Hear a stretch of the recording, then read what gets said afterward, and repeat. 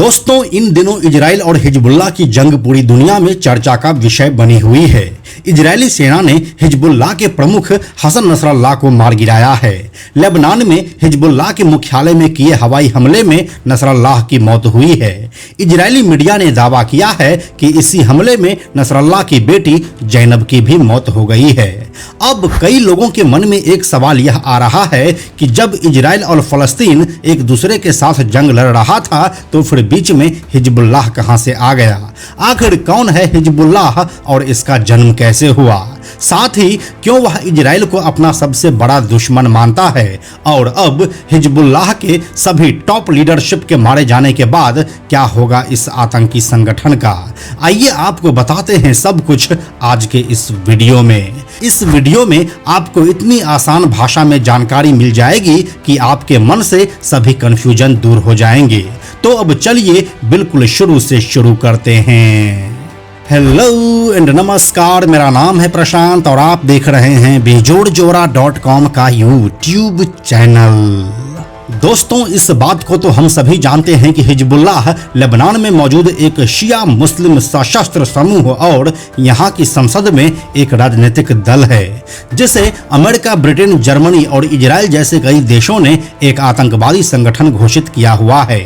साथ ही European union ने सिर्फ हिजबुल्लाह के मिलिट्री विंग को ही आतंकवादी संगठन घोषित किया है, क्योंकि इनका मानना है कि इसके मिलिट्री विंग और पॉलिटिकल विंग के बीच अंतर है। लेकिन अब कहानी बिल्कुल शुरू से।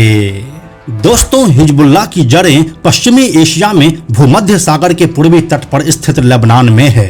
इसके उत्तर और पूर्व में सीरिया और दक्षिण में इजराइल स्थित है। लेबनान देश साल 1975 में विभिन्न मजहबी समुदायों के एक भयंकर गृह युद्ध में जकड़ गया था और यहीं से शुरू होती है हिजबुल्लाह के बनने की कहानी।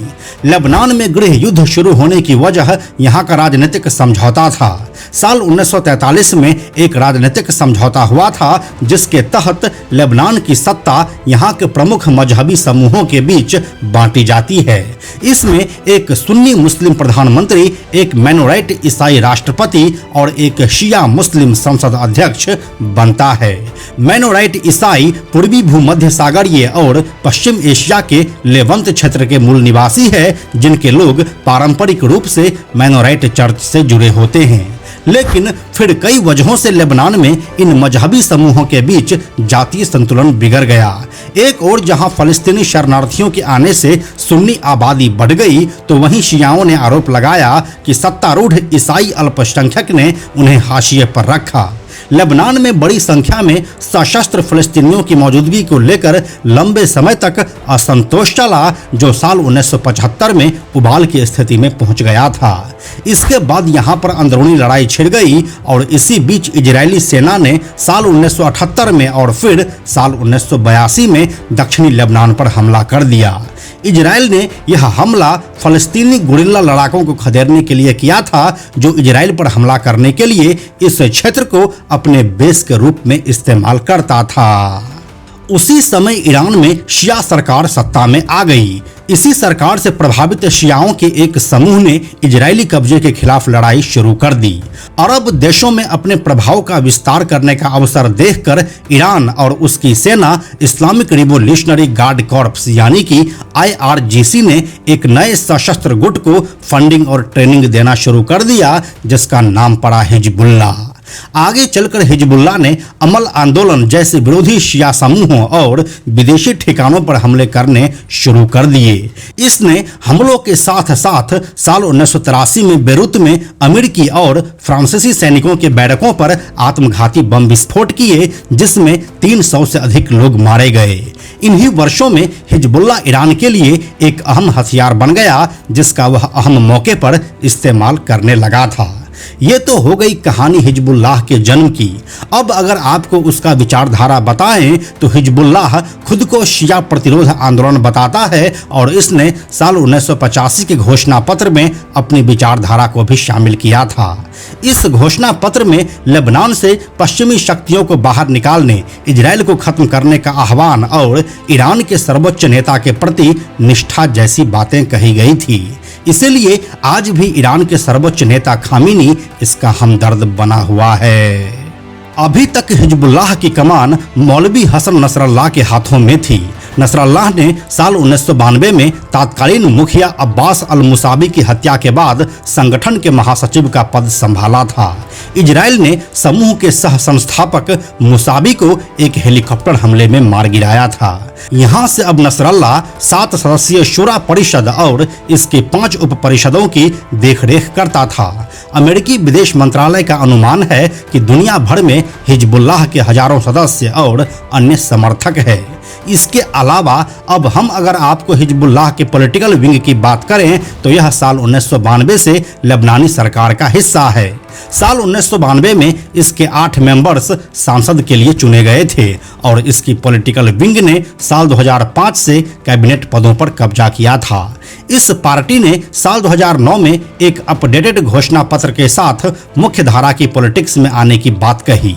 सबसे हालिया राष्ट्रीय चुनाव साल 2022 में हिजबुल्लाह ने लेबनान की 128 सदस्यीय संसद में 13 सीटें जीती, लेकिन उसके सहयोगियों ने अपना बहुमत खो दिया। दोस्तों, अब हम आपको हिजबुल्लाह और इजराइल के बीच दुश्मनी कैसे शुरू हुई इसकी कहानी बताते हैं। तो इस पूरे कहानी की शुरुआत साल 1978 में दक्षिणी लेबनान पर इजराइल के कब्जे से हुई थी। हिजबुल्लाह को विदेशों में यहूदी और इजरायली ठिकानों पर हमले के लिए दोषी ठहराया गया था। इसी सिलसिले में अर्जेंटीना में एक यहूदी सामुदायिक केंद्र पर साल 1994 में कार बम विस्फोट में 85 लोग मारे गए थे। इसके साथ ही लंदन में इजरायली दूतावास पर बमबारी भी किया गया था। ये दोनों हमले हिजबुल्लाह ने ही करवाया था। इसके बाद साल 2000 में दक्षिणी लेबनान से आधिकारिक रूप से हटने के बाद भी इजराइल और हिजबुल्लाह की लड़ाई होती रही है। हिजबुल्लाह और इजरायली सेना के बीच समय समय पर होने वाला संघर्ष साल 2006 में 1 महीने तक चलने वाले युद्ध में बदल गया था।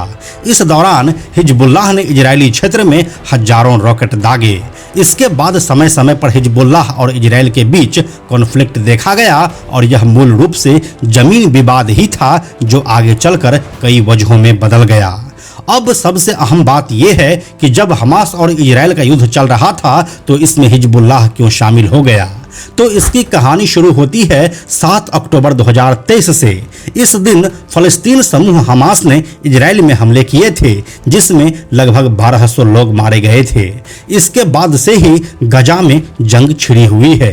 हिजबुल्लाह ने हमास का समर्थन करने के लिए 8 अक्टूबर को इजराइल पर रॉकेट दागना शुरू कर दिया। तब से इजराइल और हिजबुल्लाह के बीच गोलीबारी जारी है। इजरायली सेना लगातार हमलों से हिजबुल्लाह को इजराइल लेबनान सीमा से और पीछे हटाना चाहती है, लेकिन फिलहाल तो ऐसा होता नहीं दिख रहा है। इस साल यानी कि 2024 में इजराइल हिजबुल्लाह के बीच टकराव और तनाव की शुरुआत नहीं हुई है, बल्कि यह केवल तेज हुआ है। इजराइल ने जुलाई के अंत में गोलान हाइट्स में मिसाइल हमले के लिए हिजबुल्लाह को दोषी ठहराया था, जिसमें 12 बच्चे मारे गए थे। इजराइल ने इसके तुरंत बाद बेरूत में हिजबुल्लाह के एक वरिष्ठ कमांडर फुआद शुक्र को निशाना बनाकर जवाब दिया था।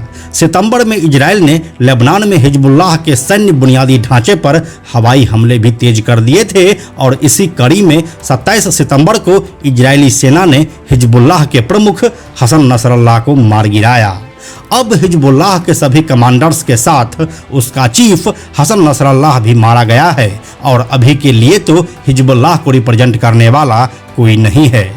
तो अब यहाँ से आगे हिजबुल्लाह का क्या होगा, इसके लिए आप हमारे अगले वीडियो का इंतजार कीजिए। बाकी यह कहानी आपको कैसी लगी हमें कमेंट में लिखकर जरूर बताइए। हम जल्दी मिलते हैं आपसे एक नए कहानी के साथ में हम आपको यह भी बताते चलें कि आप में से 97% ऐसे लोग हैं जो हमारे वीडियोस को देखते तो हैं, लेकिन हमारे चैनल को सब्सक्राइब नहीं करते हैं। ऐसे लोगों से हमारी हाथ जोड़कर विनती है कि अगर आपको हमारे वीडियोस पसंद आ रहे हैं तो आप बेजोड़ जोड़ा के इस चैनल को सब्सक्राइब जरूर कर लीजिए। साथ ही बेजोड़ जोड़ा नाम से हमारा एक एक्स अकाउंट है, यानी कि ट्विटर अकाउंट है, आप उसे भी फॉलो जरूर कीजिए। यह वीडियो अगर आपको पसंद आया तो इसे लाइक और शेयर जरूर करें। आने वाले वीडियोस के लिए बेजोड़ जोड़ा को सब्सक्राइब करके बेल आइकन को टच करना ना भूलें। Thank you so much.